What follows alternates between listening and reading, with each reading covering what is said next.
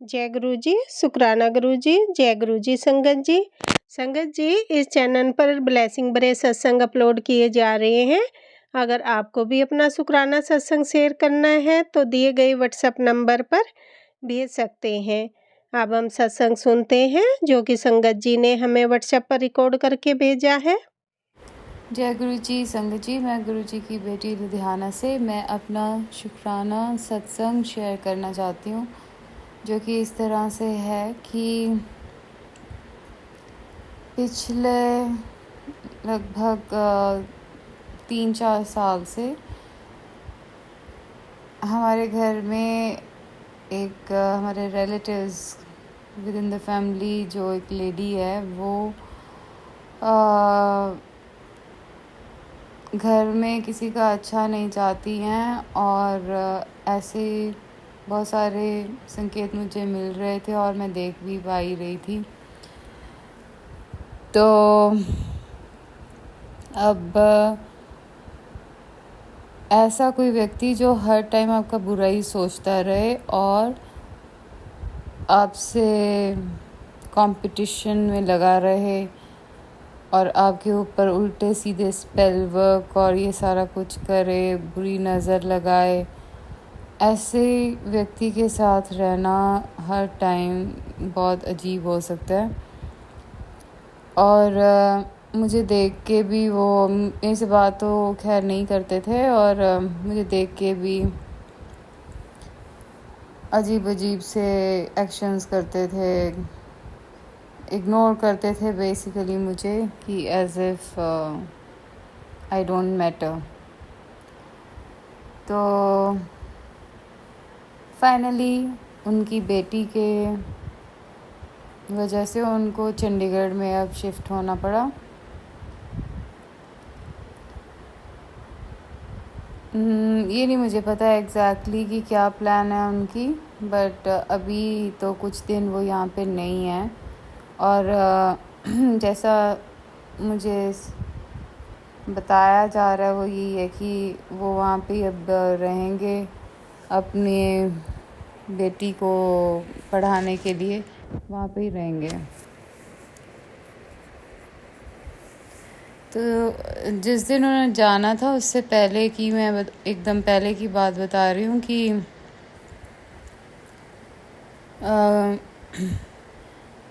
गुरुजी का एक सत्संग में ही मैसेज पहले आया था कि रात को लोटे में पानी रख के और किचन में रखना पानी और फिर उसको सुबह गेट पे डालना है। गेट पे मतलब जैसे मैं from one end to the other end में फिर वो ऐसे पानी डाल देती थी। अभी तो अभी तो मैं वो डाल ही रही हूँ, अभी नहीं मुझे पता है मैं कितनी देर तक वो करूँगी, पर फ़िलहाल तो है। तो मैं सुबह वो जा रही थी डालने के लिए, तो पिलर पे ना एक अजीब सी बर्ड बैठी थी और वो जैसे अजीब सी बर्ड है, ब्लैक कलर की अजीब सी। और आप नहीं मानोगे बट ये सच है कि उससे बहुत नेगेटिव एनर्जी वो छोड़ रही थी। गेट से लेके लगभग वरांडे तक जब मैं आई हूँ तो इतना उसका वो एनर्जी का मुझे वो पूरा इतना स्ट्रॉन्ग एनर्जी फील उसका फील हो रहा था और साफ साफ मुझे पता लग रहा था, बहुत ही जैसे कोई ब्लैक मैजिक बर्ड होता है वो। मैं समझ तो गई कि ये गड़बड़ किया है और उससे एक दिन पहले मेरी लेग्स में भी ऐसे ही लग रहा था कि कुछ अजीब सी चीज़ें घुस रही हैं। मतलब उन्होंने ना जितनी देर भी यहाँ पे रहे हैं एवरी सिंगल डे, मतलब उनका सारा ध्यान मेरे ऊपर ही होता था और बहुत गंदी नज़र लगाते थे हर चीज़ पे। और ये सब कुछ तो करते ही थे जो मैं अभी बता रही हूँ। तो ऐसा बंदा संगत जी आपकी लाइफ से फाइनली दूर चला जाए तो आप खुद ही समझ सकते हो कि कैसा फ़ील हो रहा होगा। मुझे बड़ा रिलीफ फील हो रहा है और मैं बहुत मतलब मैं पहले अपना दरवाज़ा बंद करके ही मैं बैठी रहती थी, क्योंकि वो लोग हर टाइम नज़र रखते थे कि क्या कर रही है, क्या कर रही है ये। और जो मैं करती थी साथ में वही चीज़ें बराबर करते थे, सारी की सारी। तो मैं मतलब ना बहुत ही अच्छा फ़ील कर रही हूँ। ऐसे लग रहा है जैसे कुछ कुछ आज़ादी वाली फ़ीलिंग हो रही है मुझे। और मेरा दरवाज़ा जो है वो भी खुला हुआ है, हवा सर्कुलेट हो रही है। तो और नहीं तो पहले भी मुझे ना वो खाने वगैरह में भी उल्टी सीधी चीज़ें ऐसे, जितना कि मुझे पता है। तो फिर मैं क्या करती थी कि मेरे पास अपना तो अपने रूम में फ्रिज है, लेकिन मेरे जो पेरेंट्स का फ्रिज है, मैं ना वो रात को बंद कर देती थी। और बंद कर देती थी और सुबह मैं खोल देती थी फिर।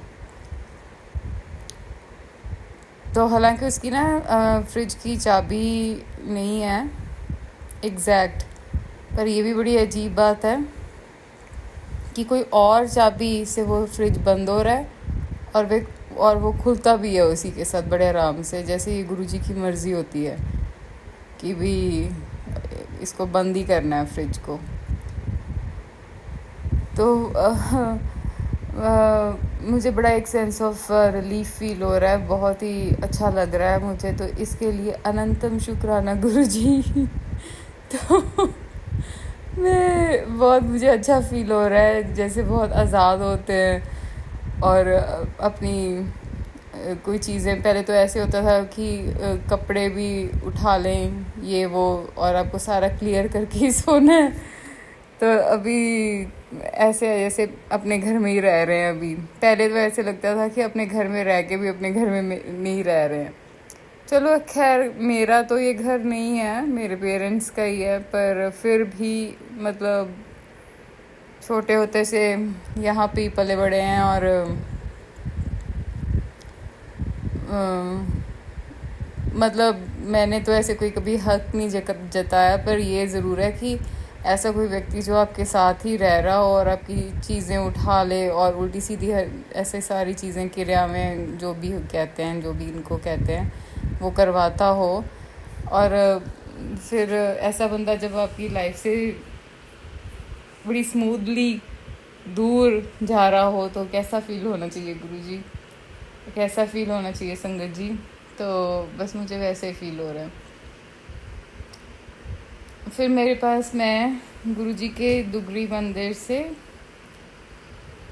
मैं लेके आई थी एक लॉकेट स्वरूप, जो कि बहुत सुंदर है।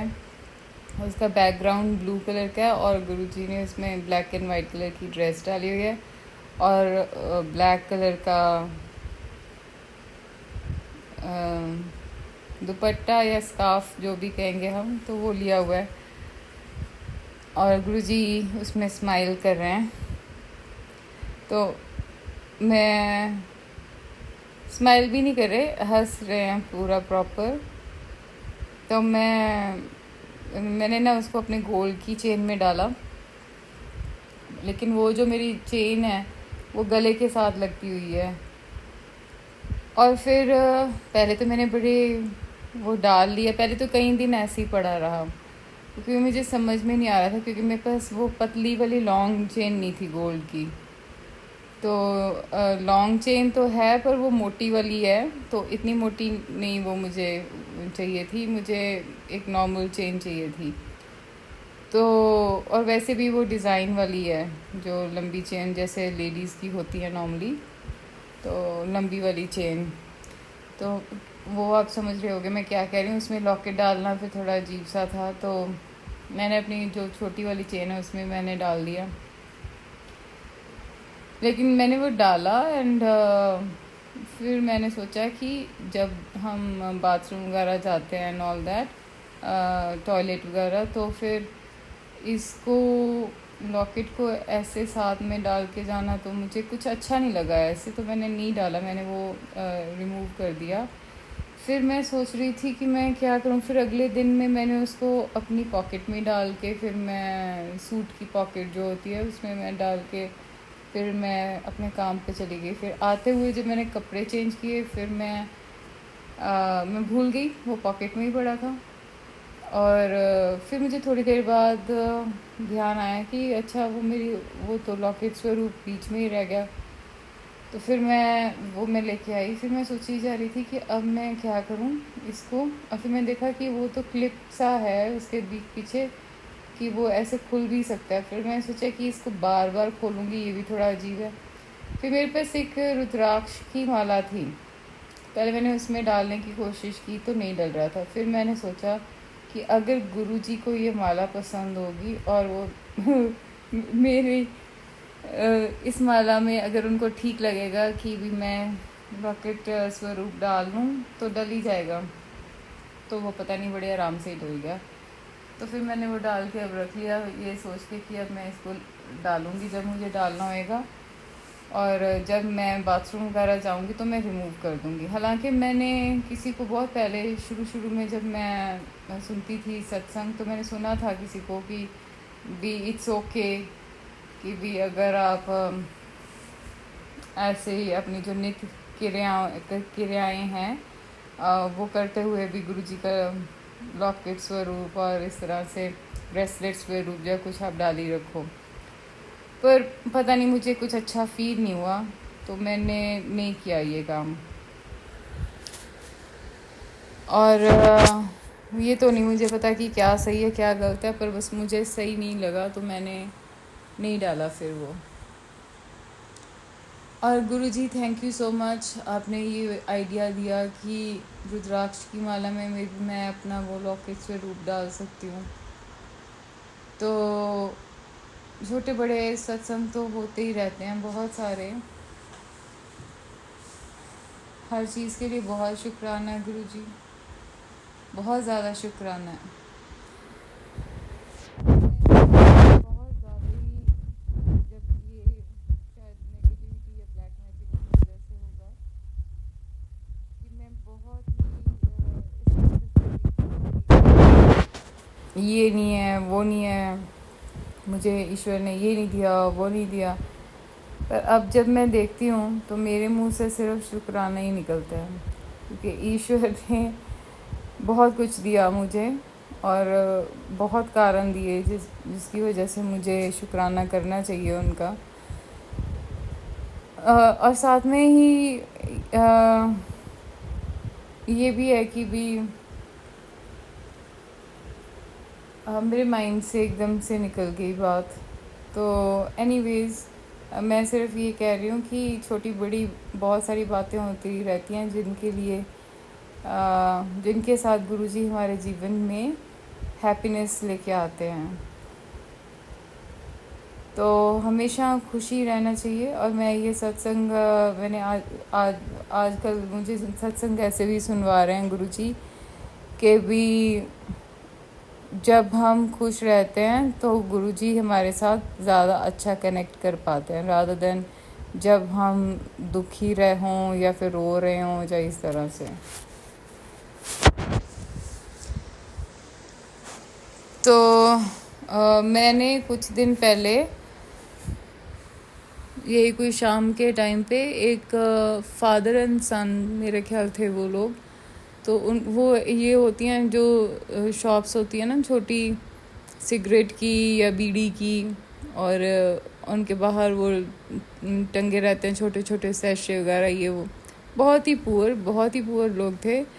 नीचे उन्होंने ब्रिक्स का जैसे चौंतरा सा नहीं होता वो बनाया हुआ था, और उसके ऊपर न्यूज़पेपर बिछा के और एक बल्ब लगा के रात के टाइम में, तो मतलब वो अपने वहाँ पे दुकान चलाते हैं।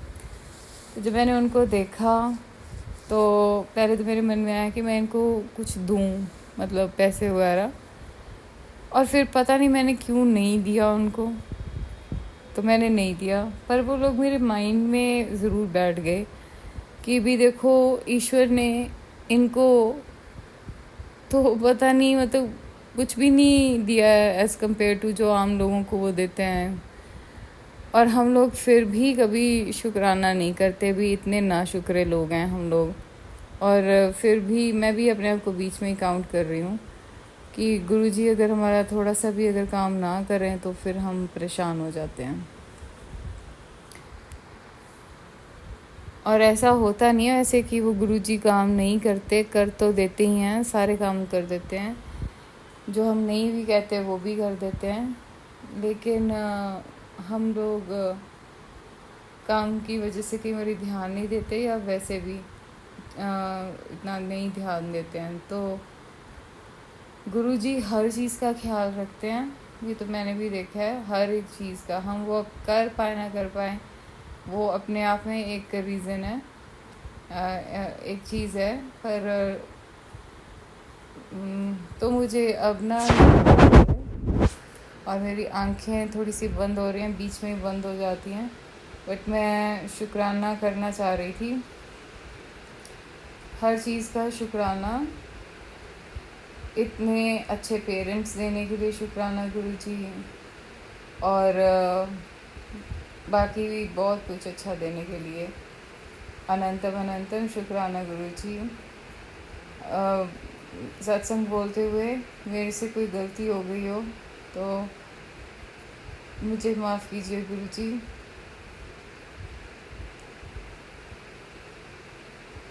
तो इसी के साथ मैं अपना शुक्राना सत्संग को विराम करती हूँ। ओम नमः शिवाय, शिवजी सदा सहाय। ओम नमः शिवाय, गुरुजी सदा सहाय। जय शिवजी, जय गुरुजी। गुरुजी वो लोग जो मेरा सत्संग शेयर कर रहे हैं, आंटी जी, उनको, उनकी पूरी फैमिली को भी ब्लेस कीजिए आप, और सारी संगत पे आप बिना कहे भी ब्लेसिंग्स तो देते ही हो, जिसको कि हम नहीं इग्नोर कर सकते। कुछ मैंने गलत सलत बात बोल दी हो तो उसके लिए मुझे माफ़ कीजिए गुरुजी, संगत जी। और अनंतम शुक्राना गुरुजी। ओम नमः शिवाय, शिवजी सदा सहाय। ओम नमः शिवाय, गुरुजी सदा सहाय। जय गुरुजी, शुक्राना गुरुजी, जय गुरुजी संगत जी। संगत जी, अभी हमने सत्संग सुना और आज के सत्संग को मैं आगे बढ़ाते हुए गुरुजी का मंत्र जाप करना चाहूँगी। ओम नमः शिवाय, शिवजी सदा सहाय। ओम नमः शिवाय, गुरुजी सदा सहाय। ओम नमः शिवाय, शिवजी सदा सहाय। ओम नमः शिवाय, गुरुजी सदा सहाय। जय गुरुजी, शुक्राना गुरुजी, जय गुरुजी संगत जी।